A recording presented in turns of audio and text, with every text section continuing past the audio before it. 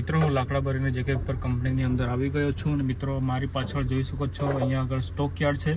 લાકડા અહીંયા આગળ સ્ટોક થઈ રહ્યા છે. અહીંયા આગળ આપણી ગાડી ખાલી થઈ રહી છે. મિત્રો આ સાઈડની લાઈન છે, આ બધી ખાલી કરીને ગાડીઓ નીકળી રહી છે અને આ સાઈડની જે લાઈન છે આ બધી ભરીને ગાડી આવી રહી છે અંદર.